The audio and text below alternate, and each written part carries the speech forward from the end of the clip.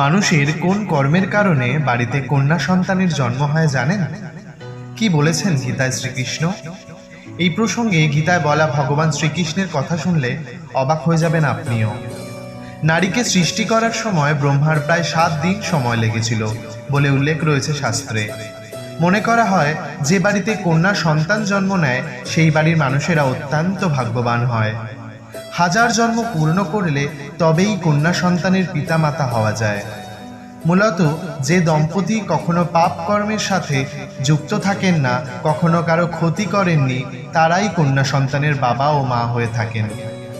ভগবান শ্রীকৃষ্ণ গীতায় বলেছেন, একমাত্র যারা কন্যা সন্তানের ভার বহন করতে পারেন তাদেরকেই এই সৌভাগ্যের সুযোগ দেওয়া হয়।